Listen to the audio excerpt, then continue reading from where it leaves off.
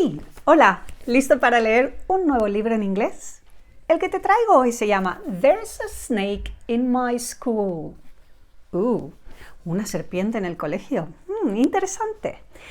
Si tienes el libro, ve a buscarlo para leer conmigo. La pregunta de hoy es: hay un balancín en el cuento. ¿Sabes un balancín de esos del parque con dos niños que van haciendo tit-tat, tit? ¿Sí? Pues necesito que le prestes atención porque te voy a preguntar cómo se llama balancín en inglés. Soy Mónica, bienvenido a Peque Books.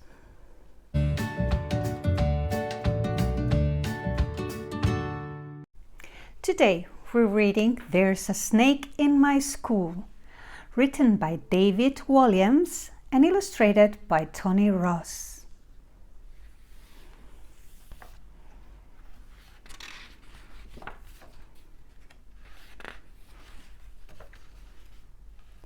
Mr. Bright had told all the children in his class it was Bring Your Pet to School Day.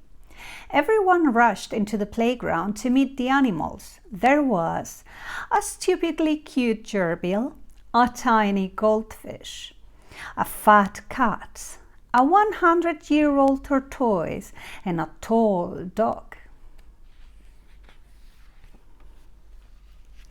Last to arrive, as usual, was a little girl called Miranda.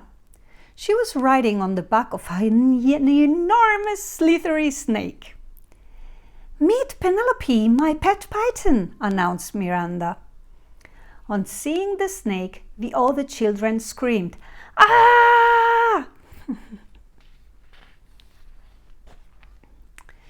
Miranda loved being different. She always stood out at school with her individual take on school uniform, her cartwheels down the corridors, and her funny answers in class.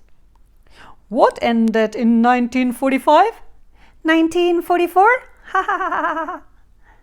A python is a rather unusual pet, but Miranda and Penelope had so much fun playing together.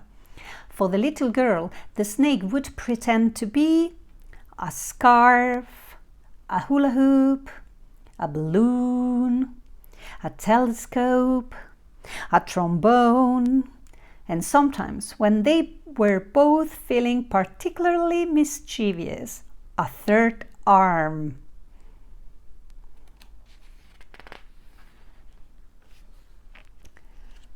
"Come and give her a tickle," encouraged Miranda.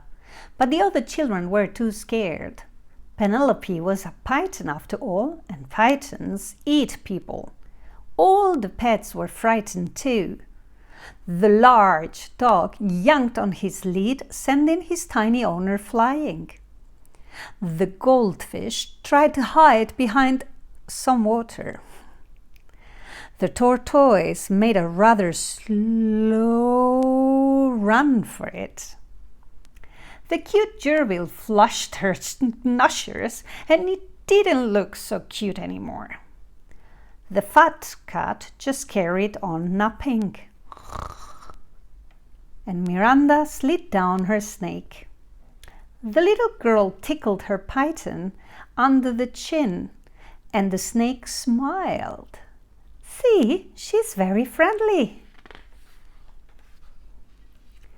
Soon everyone was gathered around to marvel at Penelope. The python loved the attention and made a climbing frame for the children to climb on, steps for them to step up, and a fireman's pole for them to slide back down. Penelope even helped the children learn their numbers, although she could only go up to 9. This was turning into the best day of school ever. But then Miss Bloat, the headmistress, thundered into the playground. "There's a snake in my school!" she shouted. Miss Bloat didn't like animals much, or children. "It's Bring Your Pet to School Day," spluttered Mr. Bright. "And Penelope is my pet," said Miranda. Miranda, I should have known you would have to be different.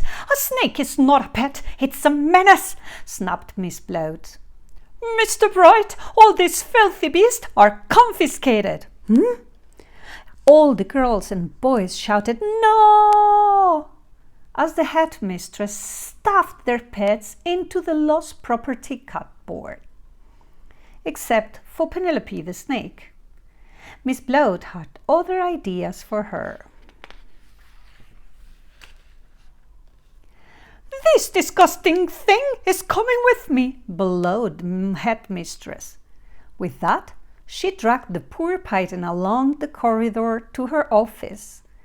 "Where are you going to put Penelope?" asked Miranda. "In the bin." "No!" Miss Bloat crammed the snake into her bin and slammed the lid shut. Then she plunked herself down on top so the python couldn't escape. The bin rattled and rattled, but Penelope was trapped. "A snake in my school indeed! Get back to your lesson!" Downstairs in the classroom, tears rolled down Miranda's cheek. All the children were sad to have had their pets taken away, but no one was sadder than Miranda.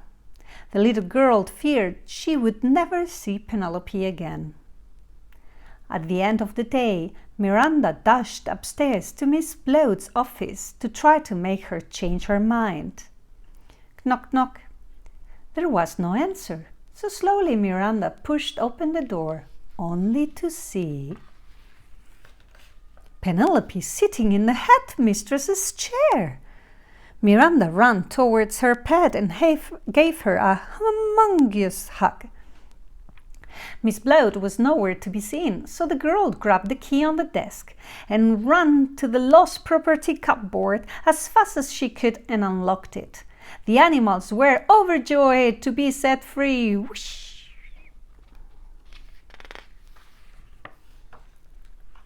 Then Miranda and all the pets slid down Penelope's back into the playground. Whoosh! The children shouted, "Hooray!" Penelope entertained everybody again. She made a seesaw for them to seesaw on, a wheel for them to roll in, a swing for them to swing on, and a skipping rope to skip with. Penelope even helped some of the younger children with the alphabet, although it was hard to do on eggs.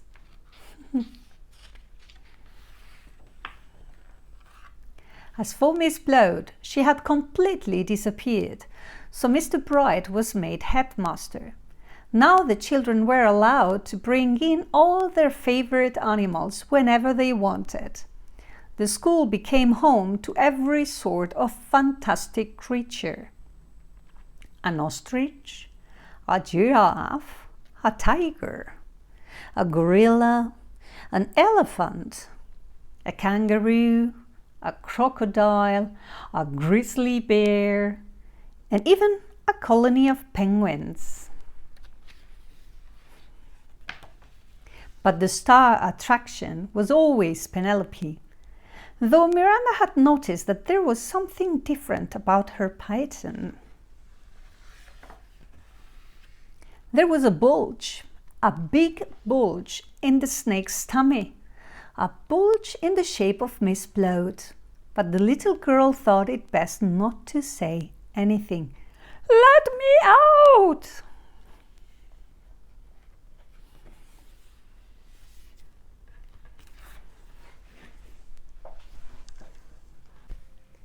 ¿Qué te ha parecido el libro? ¿Te imaginas llevar una serpiente al cole? A mí eso no me haría ninguna gracia, ninguna. ¿Y viste cómo se dice balancín o sube y baja en inglés? ¿Lo comprobamos? Aquí está el balancín o sube y baja y se llama seesaw. Para aquellos que no lo sabíais, ya tenéis una palabra nueva. Si te ha gustado el libro, te animo a que lo compres. Y no te olvides de suscribirte al canal, compartir con tus amigos o darle al like. Muchas gracias por seguirnos, nos vemos con el próximo cuento.